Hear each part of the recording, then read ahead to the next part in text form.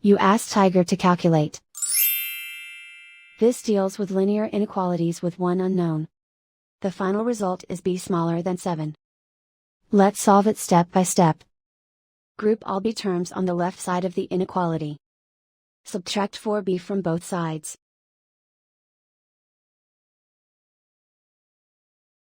Simplify the arithmetic.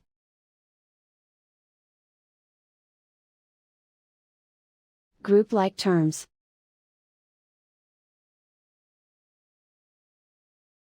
Simplify the arithmetic.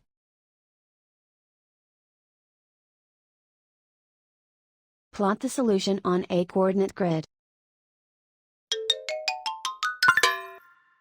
And so the final result is b smaller than 7.